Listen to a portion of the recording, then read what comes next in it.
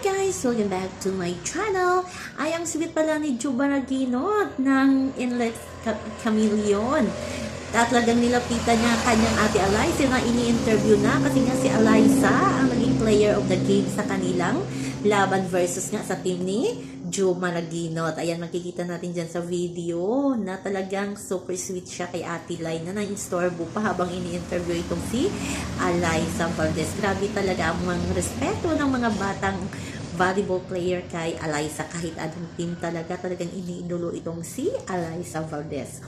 Sa loob ng court magkalaban, pero paglabas na, grabe talaga ang kanilang paghanga kay Eliza Valdez. Marami naman na antig at na sweetan sa ginawa ni Juba Raginot, lalo na ang mga fans ni Eliza Valdez.